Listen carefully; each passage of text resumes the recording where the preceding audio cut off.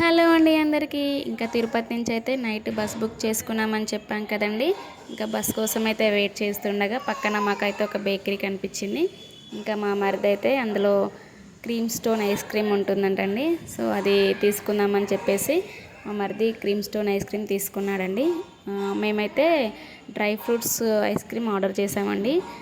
చూడండి, ఇలా మన ముందే ఐస్ క్రీమ్ రెడీ చేసి ఇస్తారండి.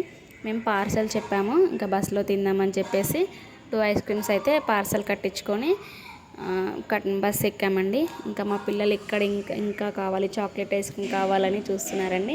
కానీ మేమైతే ఇప్పలేదండి, వాళ్ళకి చాక్లెట్స్ అస్సలు పడవు. ఇంక ఇక్కడ ప్యాక్ చేసి ఇచ్చేశారు. మా మరిది అయితే తీసుకున్నాడు.